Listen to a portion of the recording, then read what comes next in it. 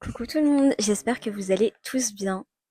Donc aujourd'hui, comme vous le savez, nous sommes le 5 juillet. Pour beaucoup, c'est simplement une date sur un calendrier. Mais pour des millions d'Algériens, c'est le jour où un peuple a retrouvé sa liberté après 132 années de colonisation. Alors aujourd'hui, je vais vous raconter cette histoire depuis le tout début pour comprendre pourquoi cette date reste si importante. Installez-vous, prenez quelque chose à grignoter et on commence. Pour comprendre le 5 juillet 1962, il faut revenir exactement 132 années en arrière. Le 14 juin 1830, l'armée française débarque à Sidi Ferrouche, près d'Alger. Quelques semaines plus tard, le 5 juillet 1830, Alger capitule. Et donc c'est là que commence le début de la colonisation française. Au départ, la France parle d'une simple expédition militaire, mais très rapidement, cette présence devient une colonisation de peuplement. Des milliers d'Européens s'installent sur des terres algériennes, tandis que les habitants algériens perdent progressivement leurs terres, leurs droits et une grande partie de leur autonomie. Pendant plus d'un siècle, l'Algérie est administrée comme une partie de la France. Pourtant, les Algériens musulmans ne bénéficient pas des mêmes droits que les citoyens français. Cette inégalité nourrit peu à peu un désir d'indépendance. Dès les premières années de la colonisation, des résistances apparaissent. L'une des plus célèbres est menée par Abdelkader, qui tente d'unifier les tribus et de défendre le territoire algérien. Même après sa défaite, les révoltes continuent pendant des décennies. Mais malgré ces résistances, la domination française reste en place. Beaucoup d'historiens considèrent que le véritable tournant arrive le 8 mai 1945, alors que l'Europe célèbre la fin de la Seconde Guerre mondiale. Des manifestations ont lieu dans plusieurs villes algériennes, notamment Sétif, Guelma et Hérata. Les manifestants réclament davantage de droits et, pour certains, l'indépendance. La répression est extrêmement violente. Le nombre exact de victimes reste encore aujourd'hui débattu par les historiens, mais ces massacres marquent profondément la société algérienne. À partir de ce moment-là, beaucoup d'Algériens perdent l'espoir d'obtenir l'égalité par des moyens pacifiques.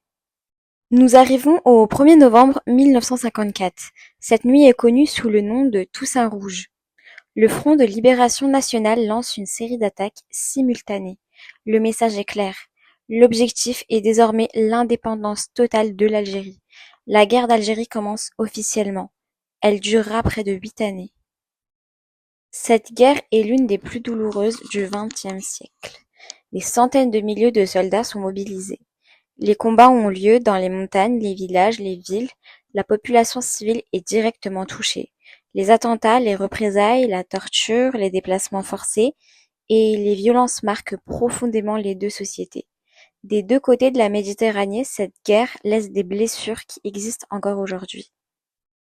Au début des années 1960, il devient évident que la guerre ne peut pas durer éternellement. Après plusieurs tentatives, des négociations sont engagées entre le gouvernement français et les représentants du FLN. Le 18 mars 1962, les accords d'Évian sont signés. Ils prévoient un cessez-le-feu et ouvrent officiellement la voie vers l'indépendance. Puis le 1er juillet 1962, les Algériens sont appelés à voter. La question est simple. Voulez-vous que l'Algérie devienne un État indépendant? Le résultat est sans appel. Près de 99,7% des votants répondent oui. Le peuple algérien venait de choisir son destin, mais ce oui avait un prix. Derrière ce vote se cachait une guerre qui avait bouleversé tout un pays. Pendant près de 8 années de guerre, des centaines de milliers d'Algériens ont perdu la vie. Le bilan humain fait encore objet de débats historiques. Le récit officiel algérien parle d'1,5 million de martyrs, tandis que de nombreux historiens estiment que la guerre a coûté la vie à environ 300 à 400 000 Algériens. Une chose en revanche ne fait aucun doute. Presque chaque famille algérienne a été touchée par cette guerre. Parmi ceux qui ont donné leur vie pour l'indépendance figurent des noms qui sont aujourd'hui gravés dans la mémoire des Algériens. Nous avons Larbi Ben Mehdi, arrêté en février 1957 pendant la bataille d'Alger. Les autorités françaises avaient annoncé son suicide, mais il a ensuite été reconnu qu'il avait été exécuté par des militaires français. Didouche Mourad, l'un des 6 fondateurs du FLN, tué au combat en janvier 1955. Ali Lapointe, mort en octobre 1957 dans la Casbah d'Alger après l'explosion de sa cachette. Zigoud Youssef, mort au combat en 1956. Aban Ramdan, considéré comme l'un des principaux architectes de la Révolution. Amirouche Ait Hamouda, tué en mars 1959. Et derrière ces noms connus, il y avait des milliers d'hommes, de femmes et même d'enfants dont l'histoire n'a jamais retenu le nom. Et la guerre d'Algérie est restée aussi célèbre pour les méthodes employées pendant les interrogatoires. De nombreux témoignages et archives ont établi l'utilisation de la torture par des unités de l'armée française, des décharges électriques connues sous le nom de gigènes, des simulacres de noyades, des passages à tabac, des suspensions par les membres, des violences sexuelles ainsi que des disparitions forcées. Des personnes étaient arrêtées puis ne réapparaissaient jamais. Pendant la bataille d'Alger, des centaines de familles ont cherché pendant des années un père, un frère ou un fils, sans jamais connaître la vérité.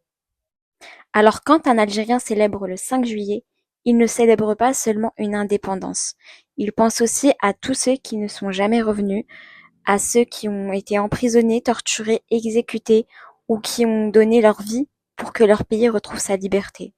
Derrière chaque drapeau hissé ce jour-là, il y a une histoire, une famille et un sacrifice. L'histoire de l'Algérie ne s'est pas écrite en un jour, elle s'est construite au fil des résistances, des épreuves et des sacrifices, et c'est précisément pour cela que chaque 5 juillet, des millions d'Algériens célèbrent bien plus qu'une victoire, ils célèbrent le droit d'être libres sur leur propre terre. Merci en tout cas d'avoir écouté cet épisode. Si ce récit vous a permis de mieux comprendre pourquoi le 5 juillet est une date si importante pour les Algériens, n'hésitez pas à le partager autour de vous parce que connaître l'histoire d'un peuple, c'est aussi apprendre à comprendre sa mémoire. En tout cas, respect à toutes celles et ceux qui ont donné leur vie pour que l'Algérie retrouve son indépendance. Et Tahia al-Jazair. À un prochain podcast, Inch'Allah.